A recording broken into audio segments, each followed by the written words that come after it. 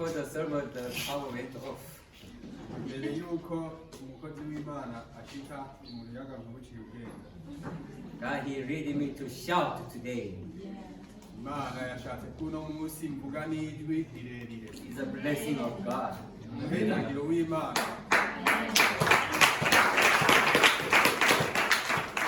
Let's open 1 Samuel chapter 24. Reka twugurure muri Samweli wa mbere ikigabane ca 24. 1 Samuel 24 from verse 1 up to 7. Samweli wa mbere ikigabane ca 24 kuva ku murongo wa mbere gushika ku w'indwi. 1 Samuel 24 from verse 1 to 7. We read in Burundi. Samweli wa mbere ikigabane ca 24 kuva ku murongo wa mbere gushika ku w'indwi turasoma mu Kirundi.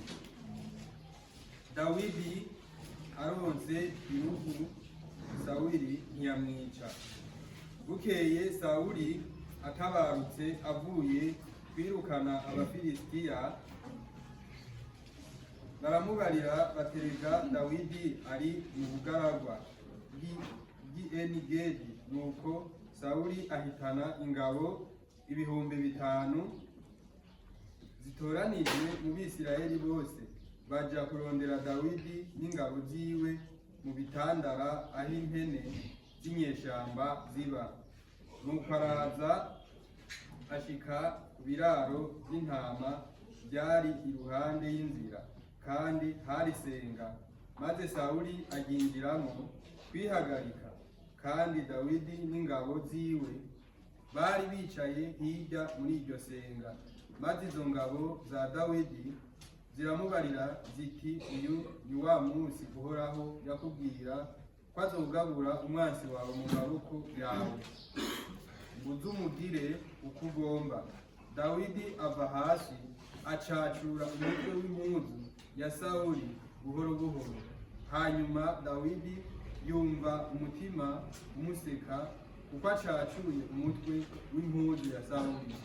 Maze abarira ingabo ziwe ati, Uhoraho arakabishira kure yanje, sinkagire ikintu nk'icyo ngirira umwami wanje, kandi ari we Uhoraho yimikishije amavuta. Sinkamukozeko ukuboko, kuko yimikishijwe amavuta n'Uhoraho. Uko niko Dawidi yatesheje ingabo ziwe, ntiyabakundira kugira kuri Sawuli. Nuko Sawuli arahaguruka ava muri iryo senga aribwira.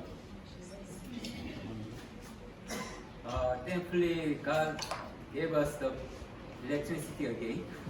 Yo gushima Imana irongeye kuduha umuyaga kuba kandi.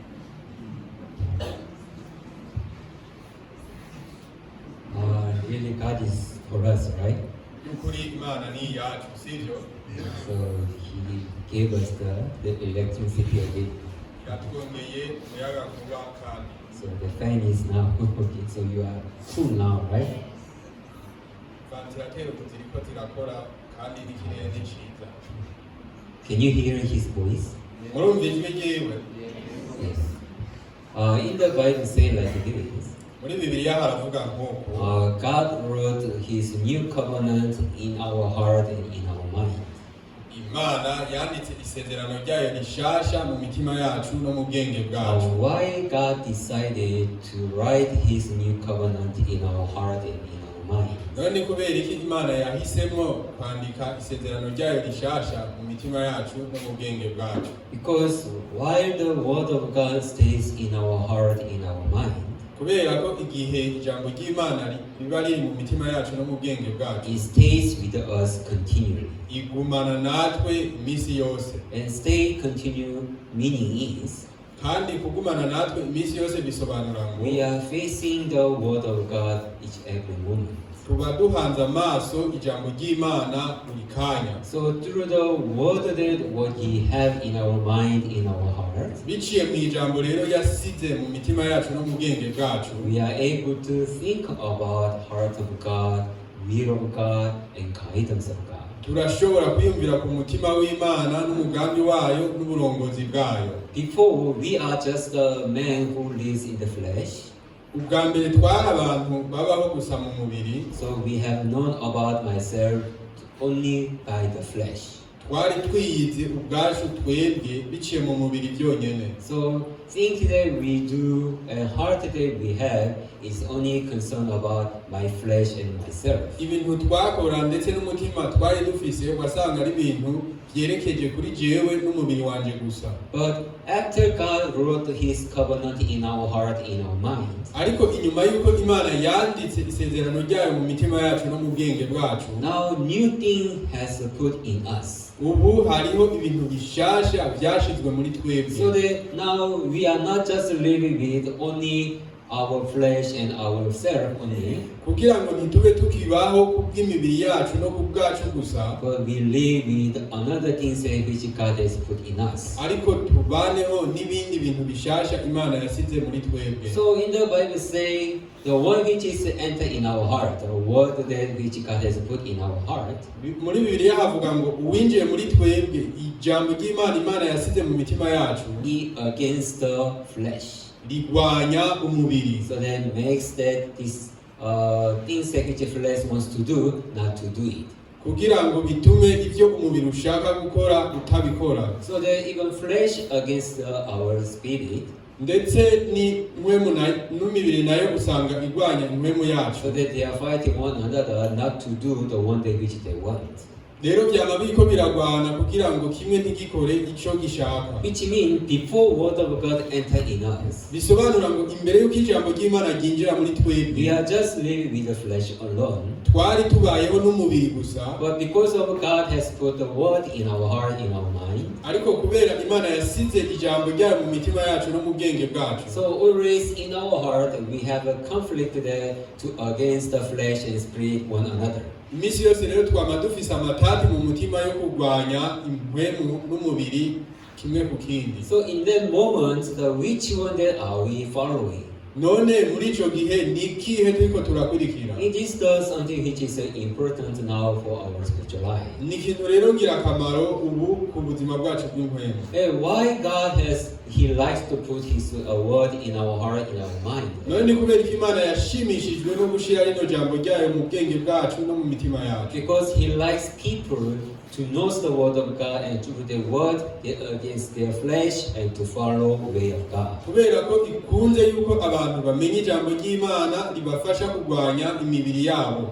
Yeah, so through the word which is in us, Rero biciye mu ijambo ryayo riri muri twebwe, really we are thinking of God, by'ukuri turiyumvira ku Mana, and we might be curious about the word of God.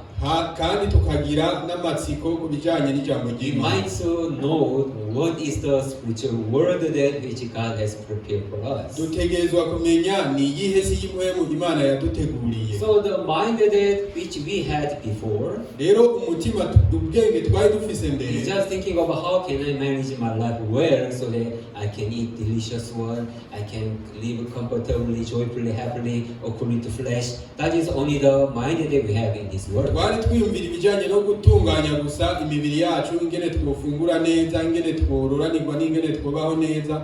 Ubwo nibwo bwenge twari dufise. But through the word that He put in us now, we do not concern about worldly thing in this world. Ariko biciye mu bwenge no mu ijambo yaduhaye, ubu ntitukiraba amaso cyane kuri ivyo bintu byo mu isi twaraba kera. But we are desire for the word of God. Ubu twipfuza ijambo ry'Imana. And so if you see Matthew 11 verse 12, Iyo uravye muri Matayo ikigabane ca 11 umurongo wa 12, here the Bible say, and from the day of John the Baptist until now, the kingdom of heaven suffers violence, and the violence takes it by force. aravuga ngo Matthew 11. Matayo 11 umurongo wa 12 avuga ngo uhereye mu gihe cya Yohana umubatizi ugashitsa n'ubu barabandanira ubwami bwo mu ijuru, ababandana babunyakurisha ubuhizi. Through salvation, heaven is now came to our heart. Rero biciye mu gakiza ubu ijuru ryaraje mu mitima Not yacu. only talking about the salvation here, atari sindiko ndavuga kubijanye n'agakiza gusa ngaho. This heaven is for who? Mbere ino juru ni ryabande. Who can taste this heaven? Ni bande bashoboka kumva uburyohe bwa rino juru? The one who are looking for it. Nabari hanze amaso bari who are in violence, right? Nabantu bari bandanira to take it heaven. Kugira ngo bari nyakurishe. So the one who are eager to seeking for heaven, they are the ones who can taste the heaven in their heart. Aba bantu rero babandanira kurondera ijuru nibo bazo kumva uburyohe bwaryo mu mitima yabo. I together what I'm talking. Turi kumwe? Yes. So salvation is not just to come to us, but the one who are seeking for, the one who are eager to taste the kingdom of heaven, it belongs to them. Agakiza si ikintu gusa kituzako, ariko ni ikintu abantu bumva bafise buno buhizi bwo kurondera kugihonjako. So if we do not violence, if we are just staying as normal, then heaven, it cannot be ours. Hamwe tutoribandanira tukabifata nyene nk'ibintu bisanzwe ntibishobora kuba ibyacu. Which means if you are not curious about the word of God, spiritual word in your heart, hamwe bisobanura ngo hamwe tutoba dufise amatsiko kubijanye no kumenya ijambo ry'Imana mu mitima yacu. Though God has prepared very precious things and spiritual things for us, but it has nothing to do with us. Naho Imana yoba yaraduteguriye ibintu by'agaciro n'ibintu byiza by'impwemu, nta na kimwe byoshobora gukora kuri twebwe. Then why God has put His word in our mind, in our heart? None kubera iki Imana yasize ijambo ryayo mu bwenge bwacu no mu mitima yacu? To make it our heart to become violent, so they're seeking for the kingdom of God. Kugira ngo itume imitima yacu ibandanira kuno guhiga ubwami bw'Imana. This heaven is more precious and important, so I really want to know how this spiritual world is, how the word of God is. That's how we are eagerly seeking for His kingdom. Ati rino juru buno bwami n'ubw'igiciro cyane, nico gituma by'ukuri numva ndavyifuza cyane no kubibandanira kugira ngo numve uburyohe bwavyo. Yeah, that's how our heart now been changed from the world to the word of God. Uko rero niko imitima yacu ihinduka ikava mw'isi ikahindukira ijambo ry'Imana. So not to live according to my own flesh, but to live by the word of God. Atari kubaho kubw'umubiri wanje gusa, ariko kubaho kubw'ijambo ry'Imana. For me, these things are good, and really this is the bring of good things and happiness for me. But because God doesn't think so, so I deny mine and I obey the word of God. Bino bintu by'ukuri ni ibintu byiza binzanira umunezero wo mu buryo bw'umubiri, ariko kubera ko Imana itabikunze nanje ndavyase, reka mpindukirire ijambo ry'Imana. So this word of God, which God has put in our heart, in our mind, make us to change of our way of the life. Rero rino jambo Imana yasize mu bwenge bwacu no mu mitima yacu niryo rituma duhindura intumbero yacu y'ukubaho. Before we understand everything according to the flesh, according to the world, ubwa mbere twatahura ibintu bivanye n'umubiri ndetse n'isi. But after word of God enter, now we do not understand everything according to flesh. Ariko kuva ijambo ry'Imana ryinjiye muri twebwe ubu ntitugitahura ibintu mu buryo bw'umubiri. But we like to follow word of God more than the flesh. Ubu dukunze cyane gukurikira ijambo ry'Imana gusumba umubiri. That's how our life can connect, have a relationship with God continually. Uko niko imitima n'ubuzima bwacu bishobora kugirana ubucuti ndetse bikanywana n'Imana. And ourselves also become happy for God and thankful toward God. Even God can be pleased with us too. Ndetse niko natwe tuba tunezerewe mu Mana, hama n'Imana ikumva irahimbawe natwe. God has said that David is after my own heart.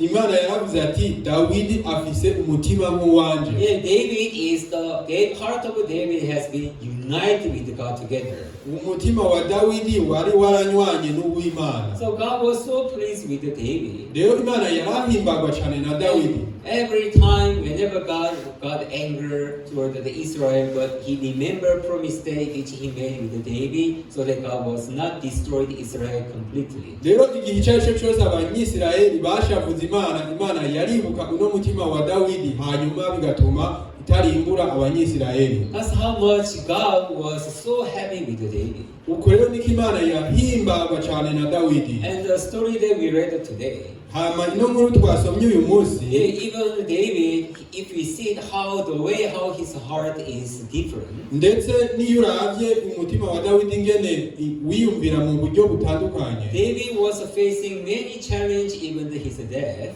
Dawidi yahangana n'ibintu byinshi ndetse n'urupfu rwiwe.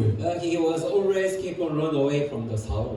Yari umuntu yama ariko arahunga Sawuli misi Saul yose. was trying to kill him all the time. Sawuli yaguma ashaka kumwica buri mwanya. So in his heart, if I stay with Saul, surely I'll die. Mu mutima we yaravuga ati hamwe nobana na Sawuli nzopfa. So that's why he cannot stay in the kingdom of Saul together. Nico gituma atashobora kuguma mu bwami bwa Sawuli bari kumwe. And Saul also do not just living alone and seeking for where he is and went there try to kill the David. Ndetse na Sawuli ubwiwe ntiyamureka ahubwo yaguma arondera inzira iyo ariyo yose yagiyemo kugira ngo amwice. So in one day Saul heard that where the David is. Rero umunsi umwe Sawuli yarumvise iyo Dawidi yinyegeje, And Saul went to kill the David. hama Sawuli agenda kwica Dawidi. Yeah, but he was all of a sudden he was in a hurry to help himself.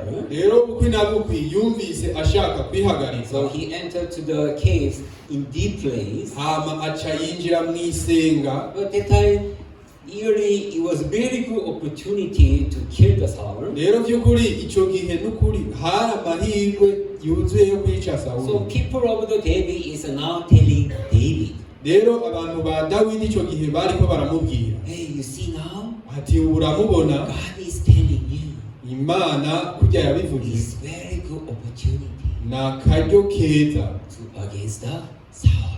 ko kwica Sawuli. Yeah, so now you can go and just kill. Nobody knows. He's he alone. Rero ubugendo umwice nta numwe abizi, ni wari ngaha Such a wenyine. good chance. N'amahirwe meza. So that now you can be free. You don't need to run away, continue like this. Ubu ugiye kuba uwidegembya, ntuzosubira kuba umuntu wo guhunga. The one who hate you, Uwahora kwanga, the one who against you, uwahora kurwanya, just here in front of you now. ubu ari imbere yawe muri kano kanya. Just go and kill him. Genda rero umusogore, Hey, hurry up. genda uranyaruka. It's very good opportunity. Ari rakwegereye. It's God who gave you this opportunity. Imana niyo yaguhaye no mahirwe. Go. Genda umwice. So David, he went Rero Dawidi yaragiye and not to kill the Saul. atagiye kumwica, Just he cut just a part of the garment on him. yakebye gatoyi gusa ku mwambaro wiwe. And the one which he said to his people, Hama ivyo yabwiye abantu biwe do you know that? ati mbe murabizi, God do not allow me to kill someone whom has been anointed through the oil, by the oil. Imana ntinyemera kwica uwo yarobanuje amavuta yayo. Hey, what are you talking about? Ivyo uriko uravuga ni This is very good opportunity. aya n'amahirwe meza. It's God who gave us this chance. Ni Imana yaduhaye kano karyo Just to kill the Saul so you can be free and you become a king. kugira wishe Sawuli hama widegembye ube umwami. That is the mind that which ordinary people can have. Uwo niwo mutima abantu basanzwe usanga bafise. But difference between David and other people, Ariko itandukaniro riri hagati ya Dawidi n'abandi bantu. David is the one who stays with the word of God.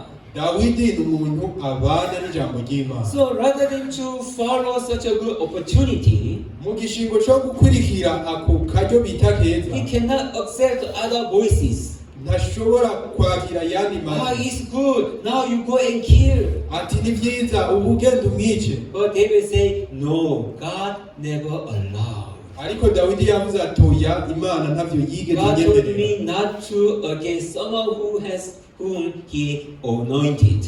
Imana yarambujije kurwanya uwo yasize amavuta. So through the word, he makes others not to kill Saul by themselves. Rero biciye mu ijambo yatumye n'abandi bantu badashobora kwica Sawuli ubwabo. So if we see the way how David think and the way how ordinary people think, they are very different. rero iyo turavye uburyo Dawidi yiyumvira n'ingene abantu basanzwe biyumvira biratandukanye ijana ku Yeah, ijana. David, though he found a good opportunity, though he sees something good things in front of him, but he's not just following immediately according to what is good in his eyes. Dawidi nubwo yabona amahirwe meza n'ibintu bishasha ntiyapfa gukurikira uko nyene avyiyumviriye ubwa mbere. This word of God which stays in his heart, Iri jambo ry'Imana ryari mu mutima wiwe. he always affecting the thought that he was thinking, even the heart that he has, not the same like ordinary people. Byarashobora gukora ko no guhindura ivyiyumviro bisanzwe yari afise by'abantu ba mbere basanzwe. Yeah, likewise, even our life, Rero na twebwe mu buzima bwacu God wants to make it is happening in our life like this. Imana ishaka yuko biba mu buzima bwacu nk'uko. Not to just live according to what we think is good, what we think it is better, not according to like that. Ntitubeho gusa nk'uko twumva bimeze neza ari byiza, But this word of God may affect the way how we think, the way how our heart has been formed, rino jambo ry'Imana rikore no ku buryo twiyumvira, so that we become a person who follows will of God and heart of God. kugira ngo tube bano bantu bashobora gukurikira umugambi w'Imana n'umutima w'Imana. Yeah, those people are the people who are connected with God. Abo bantu rero nibo bantu baba bafatanye The n'Imana. one who are affected by the word of God. Abantu bakogwako n'ijambo The ry'Imana. one who are interfered by the word of God. Abantu bahindurirwa ivyiyumviro n'ijambo They are the ry'Imana. one that who can say they are the man of God. Abo nibo bantu bashobora kuvugwa ko ari abantu b'Imana. And that is our spiritual life. Kandi ubwo nibwo buzima bwacu. Spiritual life is not something that just to be sincere and be humble by myself and just do everything good and just become a good person. That is not a spiritual life. Ubuzima bw'Imwemu si ukwitwararika ibintu, guca bugufi, kugaragaza kuba beza, ibyo sibwo buzima bw'Imwemu. Spiritual life is someone there who can be interfered by the word of God. Ubuzima bw'Imwemu ni umuntu ashobora guhindurirwa ubuzima bwiwe n'ijambo So ry'Imana. the word of God works in their mind, in their thoughts, kugira ngo ijambo ry'Imana rikore mu bwenge bwabo no mu byiyumviro so byabo, that not to live freely according to their flesh, kugira ntibabeho uko biyumva mu mubiri, but to live by the word of God according to will of God. ariko babeho biturutse ku ijambo ry'Imana no ku mugambi w'Imana. So after we receive salvation, Rero nyuma yo kwakira agakiza, yeah, truly different things before salvation and after salvation is, by'ukuri ibintu bitandukanye imbere y'agakiza n'inyuma y'agakiza. before, though we listen, though we know the word of God, but this word of God do not interfere in my heart. Imbere naho twari tuzi ijambo ry'Imana, iryo jambo ry'Imana nta kintu ryashobora guhindura Just mu live mitima. freely regardless word of God and will of God. Twarabaho twidegembeje gusa tutisunze ijambo ry'Imana n'umugambi But w'Imana. after salvation, Jesus Christ and word of God dwells in us together. Ariko inyuma y'agakiza ijambo ry'Imana na Yesu Kristo byabaye muri twebwe, So they not to make us to live freely according to flesh, kugira ngo ntibitume tukibandanya tubaho twidegembeje bivanye but n'umubiri. Jesus Christ is free of our heart to be interfered by His heart and His will, His word. Ariko Yesu Kristo akwega imitima yacu kugira ngo ihindurirwe n'ijambo ry'Imana, So that He guide us to do the will of God and to obey the word of God. kugira ngo tubeho mu burongozi bwo kubaha umugambi w'Imana. So if we see when Jesus Christ came to the earth, Iyo turavye igihe Yesu Kristo yaza ku isi, He was calling our disciples. yaratoranije intumwa. And when Jesus said, just you follow me. Hama igihe Yesu yavuga ati And nimunkurikire, some are saying, oh, Jesus, you give me some few times bamwe baravuga ati Yesu nukuri umpaye akanya gato, so that I can bury even my parents, even I can arrange something so that I can follow you after. reka ngende nsezere abavyeyi banje nongere ngire n'ibyo ntunganye hamanze. But Jesus said that just you leave them, they don't want to bury the dead ones, so just you follow me. Ariko Yesu yavuga ati reka bapfu bahamba babo hama wowe nuzunkurikira. And they just left everything the way it is and just follow to obey the voice of the Christ. Baraheba ibintu byose rero byabo uko biri hama bagakurikira inzira ya Kristo. Even other disciples, when they found the Messiah, they have a heart to left everything the way it is and just follow him to live different life. Ndetse n'abandi batumwa igihe bahura na Mesiya barashobora guheba ibintu byose bari bafise hama bakisunga. There are so many who follow Jesus Christ. Hari abantu benshi rero bakurikiye Yesu Kristo. Yeah, likewise, even in our life, that is what is happening. Ndetse no muri twebwe mu buzima bwacu nivyo biko biraba. After we know the God, Inyuma yo kumenya after Imana, we know the Christ, inyuma yo kumenya Kristo, yeah, also we have the same heart there to left everything the way it is and to know about the Word of God, spiritual things, and to obey the Word of God. natwe usanga dufise uno mutima wo guheba buri kintu cyose kugira ngo dukurikire ijambo ry'Imana, tumenye umutima w'Imana n'umugambi wayo, So that we may live a spiritual life. kugira ngo dushobore kubaho ubuzima The bw'impwemu, life there which can be interfered by the Word of God. ubuzima bushobora kwinjirirwa n'ijambo ry'Imana. Though you may receive salvation, but if you do not interfere with the Word of God, which means you has nothing to do with God. Naho uba warakiriye agakiza mu gihe udashobora kuba umuntu winjirirwa n'ijambo ry'Imana, biba bisobanura ngo nta kintu na kimwe uhuriyeko n'Imana. Because truly Word of God say, Spirit is against the flesh, not to do the one that He wants. Spirit, Word of God, against our flesh. Bivuga ngo kubera ko ijambo ry'Imana ari ryo rigwanya imibiri yacu, So then He make us not to live according to flesh alone. kugira ngo ntibitume tubaho mu mibiri yacu. Which means now this Spirit, Word of God is interfere to us. Bisobanura ngo kino gihe muri iyi mpwemu ijambo ry'Imana riratwinjirira. There is an infection there which we got through the Word of God. Rirakora ko kubijanye n'ijambo ry'Imana biciye mu So ijambo. that whenever we are trying to live according to flesh, we don't feel comfortable. Igihe rero icyo cyose tugerageje kubaho bivanye n'umubiri twiyumva tutameze neza. Whenever we try to do foolish things or evil things, our heart is not comfortable. Ndetse n'igihe tugerageje gukora ibintu by'ubujuju cyangwa ibintu bibi, imitima yacu iba yumva itaremye. It's not that something that God like it. Si ati ibi si ibintu Imana ikunda. It is not something that which is obeys the Word of God. Si ibintu bituma umuntu yubaha ijambo ry'Imana. So now we are not free to live according to flesh. Rero ubu ntitucidegembeje ku bijyanye no kubaho ku bijyanye n'umubiri. That's how this Word of God works in our heart, in our life, in our mind.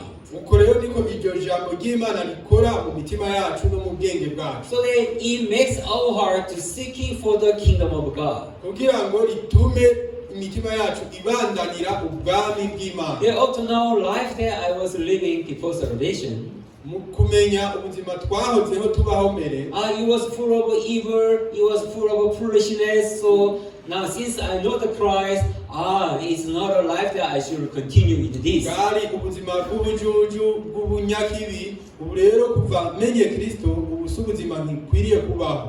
So I want to know what is the Word of God. Rero ubu nshaka kumenya isi y'Imana ni iyihe. So Jesus Christ who is in me is fully of us to know about His Word. Rero Yesu Kristo ari mu mitima yacu aguma yikwenga kugira ngo tumenye ijambo ryiwe. So then not to live like ordinary people in this world, Kugira ngo ntitubeho nk'abantu basanzwe muri iyi si, but to live differently as a spiritual person in this world. ariko tubeho mu buryo butandukanye nk'abantu b'impwemu muri iyi si. Who is the spiritual person? None umuntu w'impwemu ni umuntu ameze gute? The one who is sincere, the one who is humble? Mbere umuntu yitwararika canke aciye bugufi? No, that is not a person who is spiritual, Oya, ubu si we muntu w'impwemu, but the one who obeys the Word of God. ariko ni umuntu yubaha ijambo The one ry'Imana, who follow Word of God. umuntu akwirikira ijambo ry'Imana. They are the one who are spiritual person. Abo nibo bantu b'impwemu. The one which God wants to tell us is not to be a good person, but to be a spiritual person. Ibyo rero Imana iriko iragerageza kutubwira ubuso kuba abantu beza ahubwo no kuba abantu b'impwemu. We have to distinguish clearly. Good person and spiritual person are different. Rero dutegerezwa kubitandukanya neza na neza. Umuntu w'impwemu aratandukanye n'umuntu mwiza. All other churches try to guide the people to become a good person. Ayandi mashengero yose agerageza kurongorera abantu kuba beza. Isn't it? Sibyo? Yeah, to just help the weak people, Kufasha abanyantege nke, give them mercy and share good things with the others, kubagirira impuhwe ndetse no gusangira nabo, and be humble and sincere. guca bugufi ndetse no kubitwararika. And so when people see that, I have to be like that, so they are pushing themselves to be a good person. Rero iyo abantu babonye ntegerezwa kumera nk'uku baca bisunikira kuba bano bantu beza. But life that they are living, they are just living freely according to their flesh. Ariko ubuzima usanga babayeho gusa mu buryo bw'umubiri. Then that has nothing to do with God. Rero usanga ataco bahuriyeko n'Imana. If David also follow other boys, okay, yes, I think so. Let me kill this whole so that I can be free. Ndetse na Dawidi iyo aza kumviriza irandi majwi akavuga ati ubu ni sawa n'akaryo keza reka ndamwice nidegembye. David has nothing to do with God. Dawidi nta na kimwe yari kuba ahuriyeko But the n'Imana. way how he think, the way how he do was different from any other ordinary one. Ariko uburyo yiyumvira n'ingene yakoze byari bitandukanye n'abo bandi bantu basanzwe. Though even he agree, yes, it is good opportunity to kill, but God doesn't allow. Naho yari yabyemeye aravuga ati yego nivyo n'akaryo keza ko kumwica, ariko yaravuze ati ariko Imana ntiyabyemeye. God told me, Imana yarambariye you should not kill the one that whom I anointed. ati nturekuriwe gukoza ibiganza byawe ku If I kill Saul now, hamwe no kwica Sawuli, everything become good for me. ibintu byose byoba byiza kuri jewe. Now all this suffering, I can finish it right now. Ndetse n'iyi mibabaro yose ntushobora kuyirangiza. Even I become a king and no one can against me again. Ndetse noca mba n'umwami nta n'umwe yosubira kungwanya. If I just take it to decide to kill this Saul, hamwe nofata akaryo nkahitamo kwica uno Sawuli, yes, everything now finish and every people rejoice with me together. ibintu byose ubu byoba birangiye abantu bose bakanezeranwa nanje. But Ariko though it is good, aho ari byiza I cannot do so sinkwiye kubikora because God do not say. kubera Imana ivuga gutya. So continually he decided to put himself on a place where his suffering continue, even to run away continue. Rero yagumye yishira muri bino bihe kandi wasanga bigiye gutuma azobandanya yiruka ahunga. To wait until God works for him. Kugira arindire gushikaho Imana izomukorera. He do not have a desire to become king by himself. Ntiyari afise bino byifuzo byo kwigira umwami. He believed that God is going to be the one who lead of his life to become a king of Israel. Yari yizeye ko Imana ariyo izotuma aba umwami w'Abisirayeli. So he was giving himself, committing himself in the hands of God, Rero yari yarishikanye mu biganza by'Imana so that he do not put himself into foolishness. kugira ngo ntibitume agwa mu kutamenya. Likewise, even in our spiritual life, Ndetse natwe mu buzima bwacu spiritual bw'imwemu, person is, umuntu w'imwemu, though you see such a good opportunity or good things in front of you, naho ubona ibintu byiza n'amahirwe meza kuri wewe, but not to take it as a good things as God has given to you, but to think first, what does God say in the Bible, and what is the will of God, so that I can follow it. ntupfe kwiyumvira gusa nk'aho ari ibintu byiza Imana iguhaye, ariko ntiwiyumvire muri Bibiliya umugambi w'Imana nuyuhe. So having heart then to seeking for God and to seeking for the kingdom of God first, it is the person who are spiritual. Rero kwiyumvira ku mutima w'Imana n'umugambi w'Imana n'ubwami bwayo, ibyo nibyo bintu by'imwemu. Most of people in the world just they follow good opportunity. Abantu benshi mu isi barakurikira gusa ano mahirwe And meza, just they are accepting it is God who gave me this opportunity. hama bakizera bakemera gusa bati ni Imana impaye hano It's hantu. such a very good chance for me. n'amahirwe meza cyane. It's such a good chance to get a lot of money for me. N'amahirwe meza cyane kuri jewe yo kuronka amafaranga menshi. And mostly people just they are thinking according to how they feel good in their life. Rero abantu benshi usanga bariko bariyumvira ingene gusa biyumva neza mu buzima And bwabo. everything they conclude that it is God, it's by God, by the grace of God. That's how they like to receive His good opportunity in their life. Ibintu byinshi rero byose biyumvira ati ni byiza nakaryo keza Imana impaye, uko niko usanga biyumvira ku bijyanye n'ubuzima bwabo. But the one which David established in his heart, Ariko ibyo Dawidi we yari yarashyize mu mutima it is not his thoughts, ntibyari ibyumviro byiwe, but the word of God in his heart. ariko byari ijambo ry'Imana mu mutima we. So when the word of God interfered in his heart with that good opportunity in front of his eyes, Ariko rero igihe ijambo ry'Imana ryamwinjirira ku bijyanye n'ano mahirwe meza yari arose mu buzima bwe, David was able to see clearly, no, this is not the will of God. rero Dawidi yarashoboye kubona neza ati uyu si umugambi God w'Imana, never allowed, so I should not follow this opportunity. naho ari byiza sinkwiye gukurikira ano mahirwe. So likewise, even in our life now, Ndetse na twebwe mu buzima bwacu changes that we have after salvation.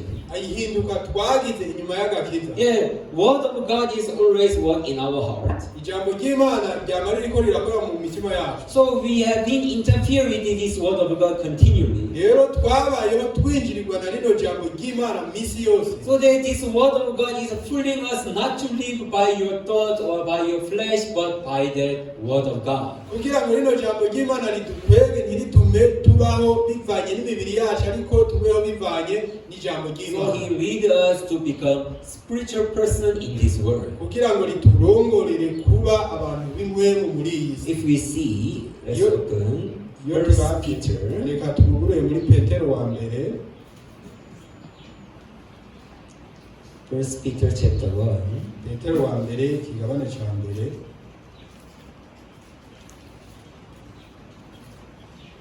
verse 21.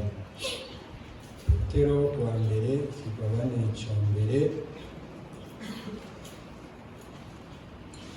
1 Peter chapter 1, verse 21 say,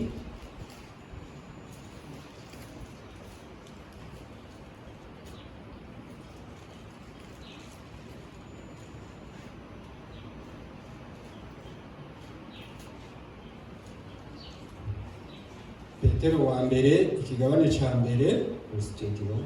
umurongo wa 21. Here say, who though him believe in God, who raised him from the dead and gave him glory, so that your faith and hope are in God. Aravuga ngo mwebwe abo yahaye kwizera Imana niyo yamuzuye mu bapfuye ikamuha ubwiza, nico gituma ukwizera kwanyu n'ibyizigiro byanyu biba ku Mana. Yeah, he raised us from the dead. Yamuzuye mu bapfuye. Why? Faith. For our faith and hope are in God.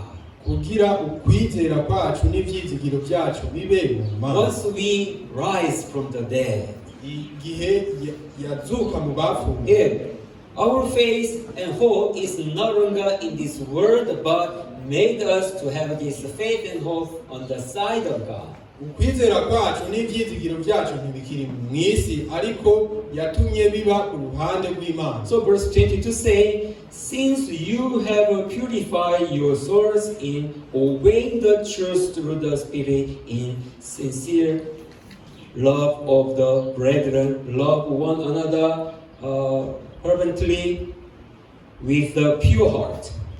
Ku murongo wa 22 haravuga ngo nuko rero ko mwejeshejwe imitima kumvira ukuri, kugira ngo mukunde bene data bitari uruheyiheyi, mukovye gukundana bivuye mu mitima. Yeah, here verse 23 say, having been born again, not of corruptible seed, but incorruptible, through the word of God which lives in the advice forever.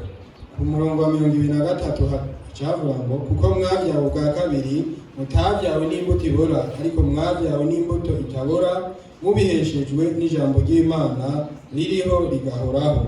Yeah, so now when you receive salvation, it's not that just made us to live according to flesh continue, but it made us to live through the Spirit, through the Word of God. Ubu rero nyuma yo kwakira agakiza ntibyatumye tubaho gusa mu buryo bw'umubiri gushaka, ariko kwari kugira ngo tuze tubeho mu buryo bw'impwemu. Yeah, here clearly say through the Word of God, which lives and abides forever.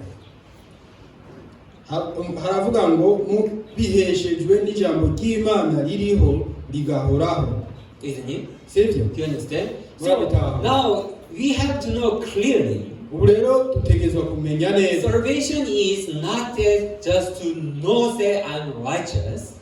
Agakiza si ukumenya gusa ngo ndi umugororotsi. But it is the receiving of a power of a word.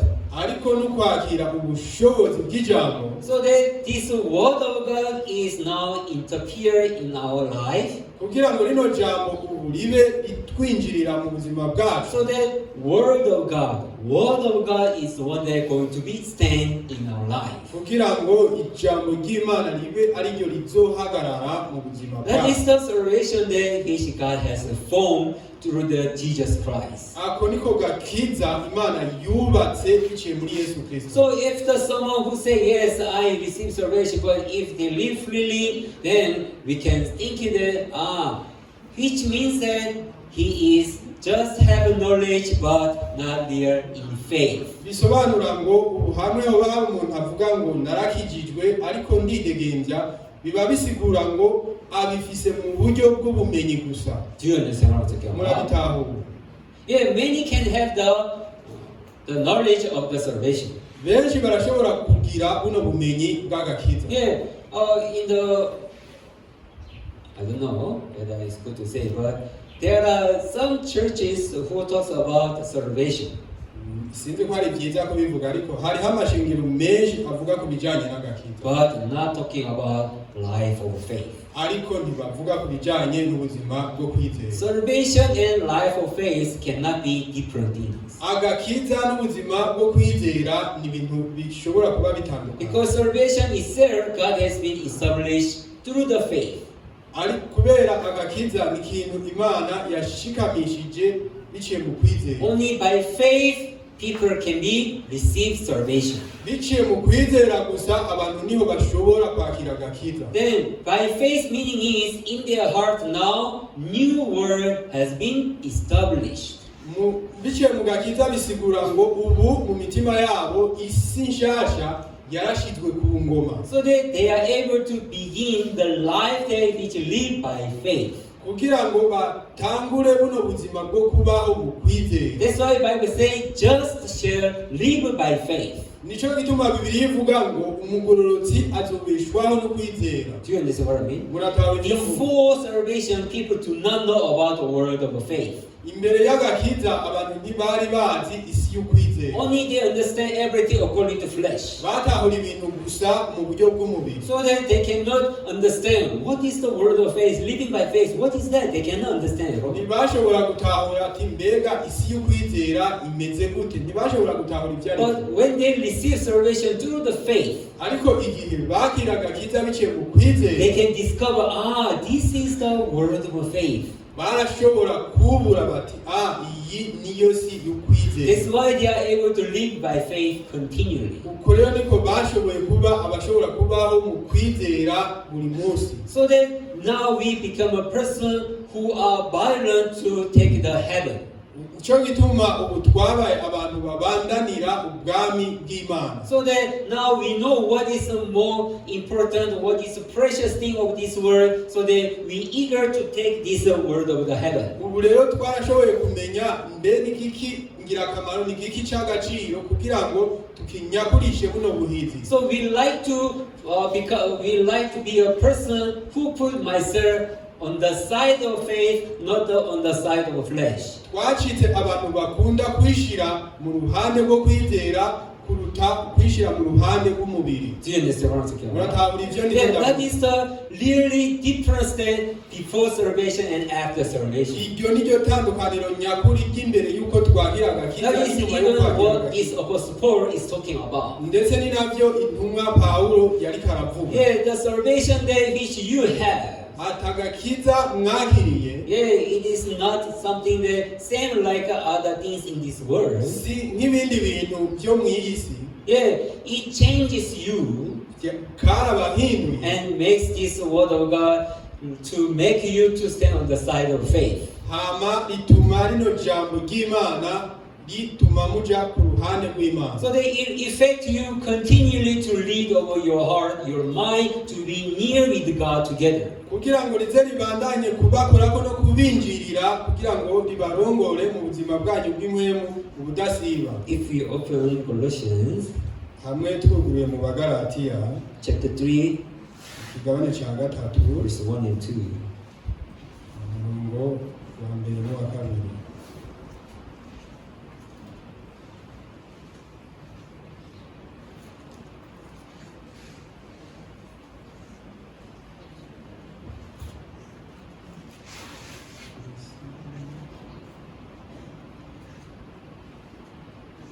Colossians chapter 3 verse 1 and 2 say, If then you are raised with Christ, seek those things which are above, where Christ is, sitting at the right hand of God. Verse 2, set your mind on things above, not on the things on the earth. Chapter 3 verse 1 and 2. Bagalatiya ikigabane cya gatatu umurongo wa mbere. Colossians.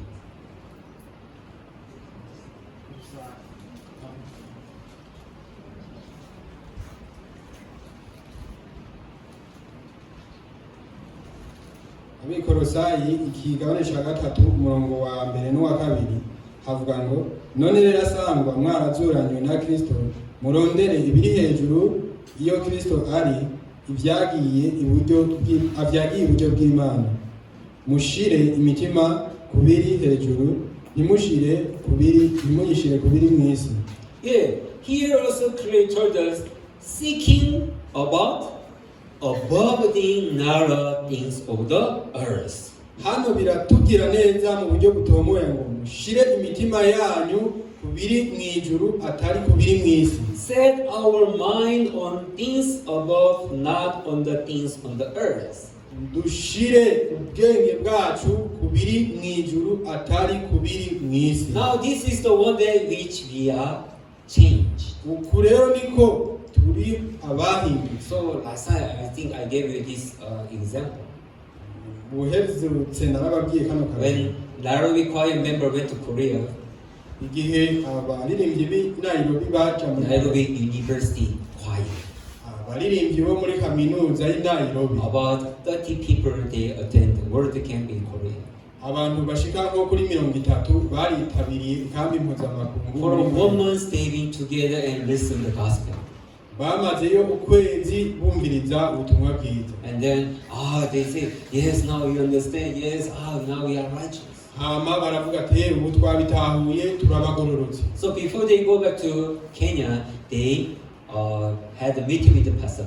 Rero imbere yuko bagaruka muri Kenya baragiranye umubonano n'umwungere Pari. And Pastor Bob was preaching about life that we should live after salvation. Hama umwungere Pari yariko arababwira ku buzima bategerezwa kubaho nyuma y'agakiza. Pastor Bob said, once you receive salvation, now you has been united with Christ. Rero umwungere Pari yariko arababwira ati inyuma yo gufatana na Kristo ubu mubaye abakristo. Then it's Christ who cares over your life. Ubu rero ni Kristo agiye kwitwararika ubuzima bwawe. And so you should live life that to live by faith to preach this gospel. Rero mutegerezwa kubaho uno buzima bwo kwigisha buno butumwa bwiza. When you live by faith for the gospel, really Christ who is in you to care over you and to help you. Igihe rero muzoba mubayeho muri buno buzima bw'ubutumwa bwiza, Kristo ari muri mwebwe niwe azobitwararika. Yeah, that is what Christ is willing to do in your life. Ivyo nivyo Kristo agambiriye gukora mu buzima bwawe. So please, once you go back to Kenya, live by faith. Rero nimwashika muri Kenya muzobeho mu And to preach gospel. mwigisha ubutumwa bwiza. So that you will see how Christ is working in your life. Kugira muze mubone ingene Kristo akora n'inkomezi mu buzima bwawe. Amen. Amen. Everybody say amen. Bose baravuze ngo Hallelujah. Hallelujah. Pastor Bob pray for them. hama umwungere paka arabasengera and then they are coming out from the meeting room. hama baragaruka bava And someone was saying one another. nta ba- Someone was talking one another. hama bose bariko baraganira Hey, how men can live by faith only? baravuga ati ni gute umuntu yoshobora kubaho kwizera Living by byose?" faith. mbe wubaho Then money is coming from heaven. hama amafaranga agacakoro kavuye mu ijuru We need the money dukeneye amafaranga to maintain our life. kugira ngo tunganye ubuzima If we live by faith, God drop money from sky. mbe hamwe twubaha mu kwizera imana izotibura amafaranga avuye It mu doesn't ijuru make any sense. nta nsiguro bifise How can men live by faith alone? ni gute umuntu yoshobora kubaho no kwizera konyine No, he's lying. oya ntibikunda That is what they are talking. uko niko bari kubaho They cannot understand spiritual things. ntibashobora gutahura ibintu Only what their mind is understand everything according to flesh only. ubwenge bwabo gusa bwatangura ibintu bivanye n'umubiri So now the Bible is talking about faith, but people cannot understand. rero n'ubu naho bibiliya igumira iravuga ku kwizera abantu ntibarabitaha When I came to Burundi, igihe naza mu Burundi even I tried to meet some pastors, not our pastor, but like other church pastors meeting. ndetse na je naragerageje kuza ndashaka kugirana umubonano n'abandi bapasiteri bo mu yandi mashuri And one day, one bishop was asking me a question. hama umunsi umwe umubishop umwe yarambajije ikibazo How your church could be grow so big like this all over the world? ati ni gute ishengero ryanyu ryashoboye gukura bingana gutya mu isi yose So I began to testify how our mission has been beginning. rero naciye ntangura gushinga intahe ingene igikorwa cy'ivugabutumwa ryacu cyatangwa How we do by faith, ingene tubikora mu and kwizera how God opened the way for us. n'ingene imana itwugururira How God was expanding our church to preach this gospel. n'ingene imana yagiye iragura ishengero ryacu kugira twigishe bino butumwa After he heard everything, inyuma yo kumva buri kimwe he was asking me, aca arambaza you think it's really possible? ati mbe wiyumvira by'ukuri ko bishoboka Are you sure you do without money? mbe urizera by'ukuri yuko mubikora ata mahera We did it by faith. twabikoze mu When he sent the missionary, igihe turungika it's abamisiyonari about never send the missionary with enough money. tubarungika ata amafaranga bafise Even without the house. ata n'inzu zihari Just as God said, you go this country. umwungere pake gusa arakubwira ati genda muri kiriya gihugu Wow, Pastor God, is there any people there who are waiting for me there? mbe hari n'umwe yoba yiteguye kuzojayo No, there is nobody. nta n'umwe Then is there any house there? mbe hari inzu iriyo No, there is no house there. oya nta n'imwe iriyo But if you go, ariko niwagenda God is going to open way for you. imana izokugururira inzira So do not worry. rero ntuganye When you are taking a flight, igihe uzofata indege just people who sit next of you, abantu bazoba bakwegereye you preach gospel. uzobigisha ubutumwa bwiza God, He might work for you. imana izogukorera n'inkomezi Is that so? ati nuko Okay, bimeze so how much is the ticket? none itike nangaza So Pastor God buy the ticket, umwungere paka akakugurira and itike Pastor God send the missionary. hama akarungika umumisiyonari gutyo You know how Mexico church has been opened? murazi ingene ishengero ryo muri Mexique ryuguruwe There was nobody, nta muntu n'umwe yari ari but missionary just entered into Mexico ariko umumisiyonari yarinjiye muri Mexique and just look for the place where to go. hama araraba ikibanza avuga ati mbe ncajaye He do not know any place. nta na hamwe yari azi He do not know anything there. nta kintu na kimwe cyaho He yari do azi not speak even Spanish. ndetse ntiyavuga n'ikiespanyol He just dropped their airport. yururutse indege gusa ngaho nyene And then he began to look for the person who can help.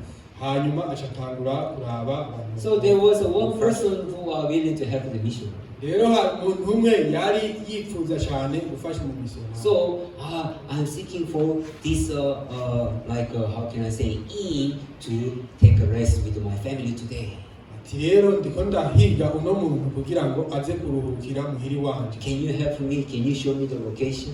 mbe wonyereka aho hantu And this man was telling, just follow me. I take you. Just I go with you. Continue.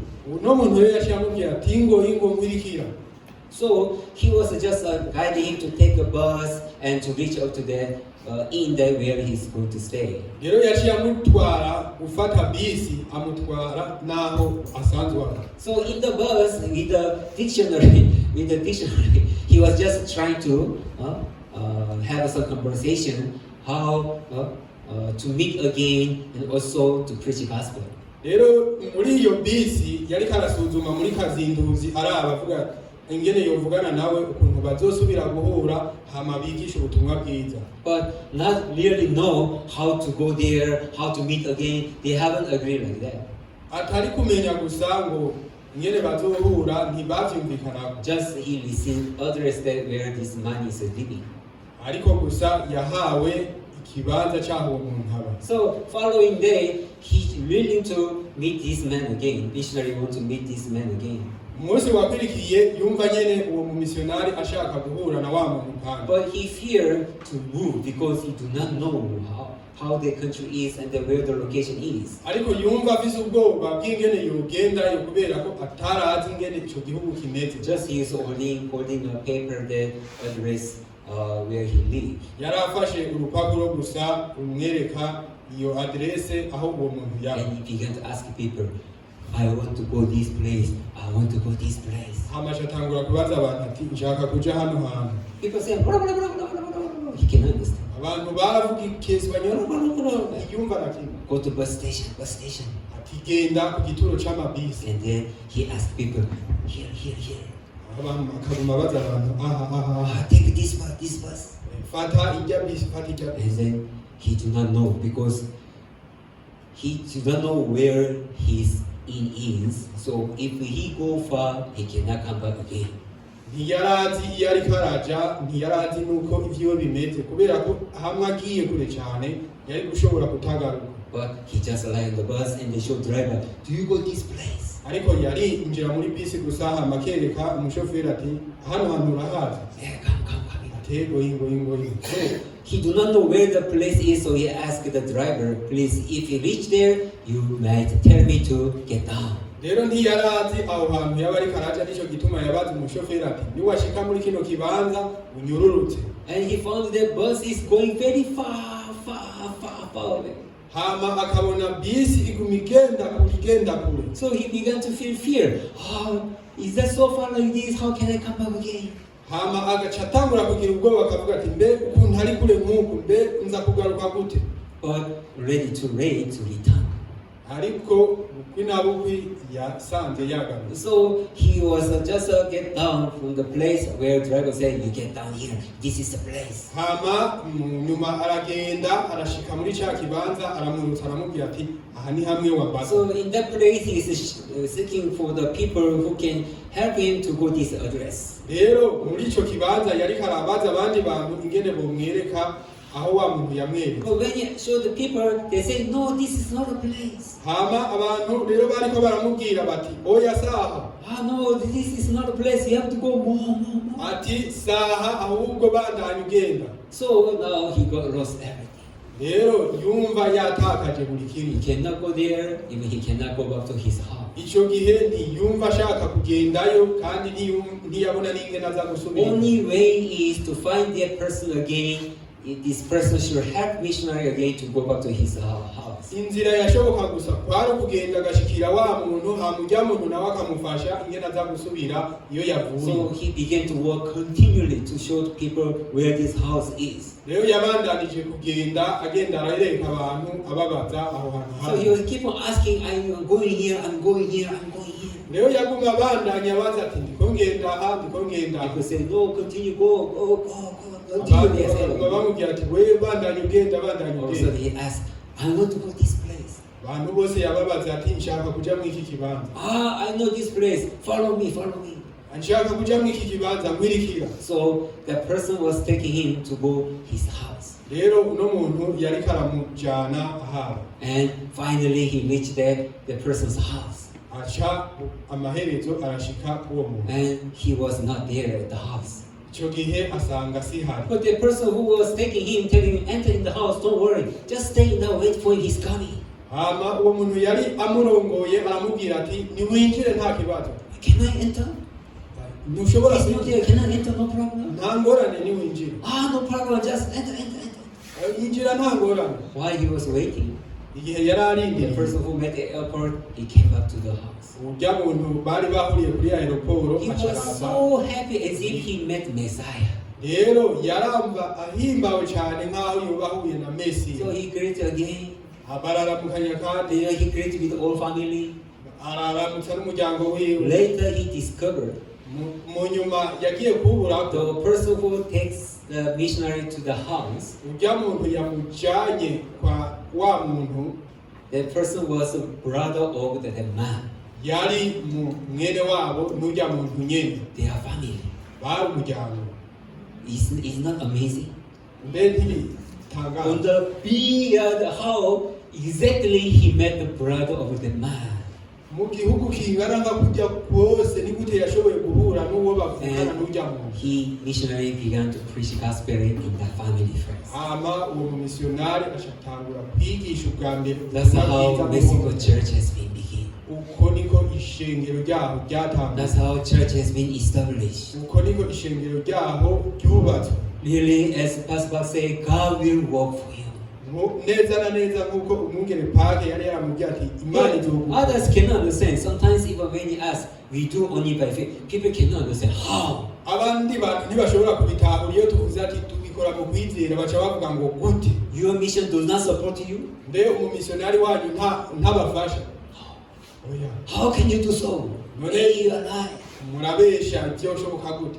People cannot understand. Abantu ntibashobora kubitahura. But that is the spiritual world. Ariko iyo niyo si To y'Imana. stand on faith, to rely on Christ.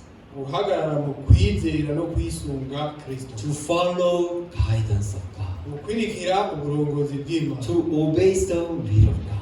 Kubaha umugambi w'Imana. That is the life of faith. Ubwo nibwo buzima bwo kwizera. Do you understand? Murabitahura. Brethren, that is the new word that which God wants to put in your life. Bene data, iyi niyo si nshasha Imana ishaka gushiramo ubuzima bwawe. Not to understand things in this world through the flesh, Atari gutahura ibintu muri iyi si biciye mu mubiri, but to believe in God, ariko kwizera Imana so that your faith become strong in your life, kugira ngo kwizera kwanyu kube ukw'inkomezi mu buzima bwanyu, so that through you, will of God, word of God can fulfill in this world. kugira ngo biciye muri mwebwe umugambi w'Imana ushobore kuranguka muri So mwebwe. now, life that we live in this world Rero ubu ubuzima tubaho muri iyi si is not the life that we live according to flesh, si ubuzima tubaho mu buryo bw'umubiri, but to go in front of God continually. ariko ni ukwama imbere y'Imana No matter iminsi what yose. things happen in your life, Ntacyo bivuze ibiba biriko biraba byose mu not to buzima. decide according to flesh, Ntidufate ingingo bivanye n'umubiri, but to go in front of God, listen from Him, and receive His guidance, and to give myself to obey. ni ukuja imbere y'Imana ukayumviriza hama ukubaha ugafata ingingo So the will of God can fulfill through my life. kugira ngo umugambi w'Imana ushobore gushika biciye Also, mu the buzima gospel bwawe. can fulfill through myself.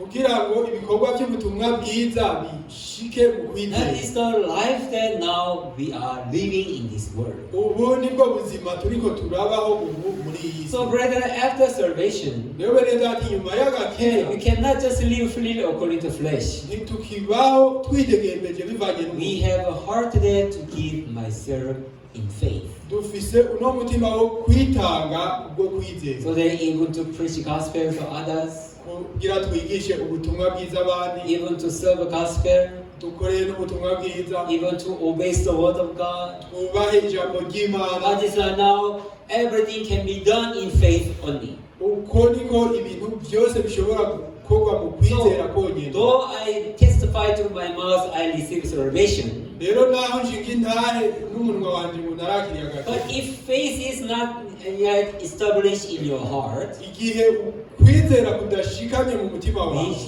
we shall recognize, I has nothing to do with God. turashobora kumenya ati ntaco mpuriyeko The n'Imana. one who connect with Christ, Ufatanye na the Kristo, one who connect with God. jewe ufatanye n'Imana. Surely the life that they live in this world ubuzima by'ukuri babaho mu isi It is different with any other ordinary people in this world. buba butandukanye n'ubw'abandi bantu bose basanzwe. And are you a spiritual person or a fleshly person? none bene data muri abantu b'impwemu canke muri After abantu salvation, what kind of life that do you live in this world? inyuma y'agakiza ni ubuhe buzima ubayeho? How your heart and your mind is. ni gute umutima wawe n'ubwenge bwawe God bimeze? wrote His word in our mind, in our hearts, imana yanditse ijambo ryayo mu mitima yacu so that it interfere in our life continually, kugira ngo ribandanye kutwinjirira mu buzima buri munsi, so that it make us to become spiritual person in this world. kugira ngo ritume tuba abantu b'impwemu muri iyi si. Like David, though he found such a good things, but he do not obey the good opportunity. cyo kimwe na dawidi naho yari abonye ano mahirwe meza atashoboye kuyakurikira, He became a person who obeys the word of God.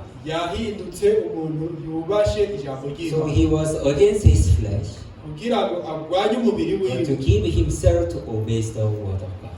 yitanze kubw'ijambo ry'imana. Then spiritual life become easier. rero icyo gihe ubuzima bw'impwemu Spiritual life is not a burden things in our life. ubuzima bw'impwemu si umutwaro mu buzima bwacu, Because in faith, kubera biciye mu kwizera nothing can enter into a heart as a burden. nta na kimwe gishobora kwinjira mu mutima nk'umutwaro. Faith is make us to overcome everything in our hearts. ukwizera gutuma turengera buri kimwe cyose nk'umutwaro mu buzima That's bwacu. how we live a life there to glorify the name of God. uko niko tubaho ubuzima bwo gushyira hejuru izina I ry'Imana. wish that brethren be a spiritual person. ndifuza yuko bene data mwoba abantu b'impwemu, Stand on the faith mushikame mu kwizera, so that really we shall see the glory of God in our life. kugira ngo by'ukuri tuze tubone icyubahiro cy'Imana mu buzima bwacu. Amen? Amen. Yeah, thank you so much. murakoze cyane. Finish here. ndangirije Let's hano pray.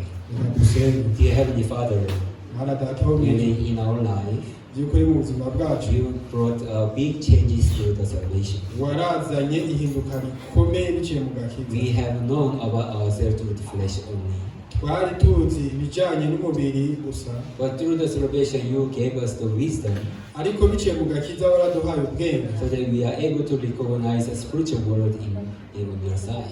kugira ngo tumenye So isi that y'impwemu mu ruhande rwawe. we are not just living according to flesh again. ntitukibaho mu buryo bw'umubiri gusa, We are became a violence to taking over the heaven.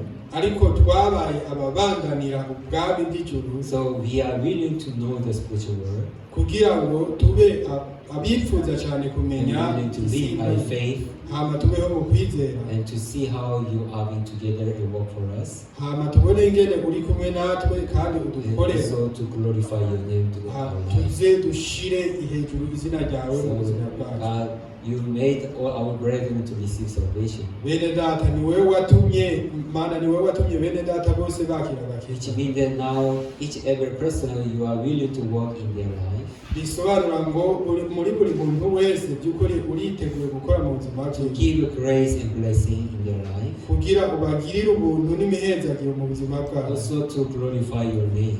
kugira ngo baze bashire hejuru izina ryawe. So you make all our brethren to rejoice with you. uze utume bose banezeranwa nawe. If there are anyone who are facing a challenge now, nimba hari n'umwe yoba ahanganye n'ibihe bigoye, or anyone who are doubt about your word, nimba hari n'umwe yoba akekeranye ku bijyanye n'ijambo ryawe, you may continually help them to understand this spiritual thing, mana ni wowe uzobandanya gutuma batahura bino bintu so byawe that by'ukuri, everyone may stand on the word of faith.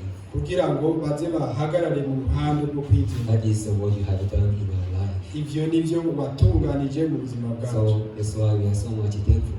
nicyo gituma dushima cyane, And also in this week, ndetse no muri iyi ndwi igiye God, you are going to be with us continue uzobandanya uri kumwe natwe, to help us continue, udufasha so that we might avoid all the challenge, even the difficulties, even temptation that which Satan has brought in our life. kugira ngo tuze dushobore kurengera ibihe bigoye byose n'ibigeragezo satani aturungikira kuturwanya. God, you may protect all our brethren until you come to us. Mana data ubandanye uririnda bene data bose gushika umunsi uzogaruka kuri twebwe. Thank you, Lord. We pray in Jesus Christ. Urakoze mwami, tubisenze mu izina rya Yesu Kristo. Thank you.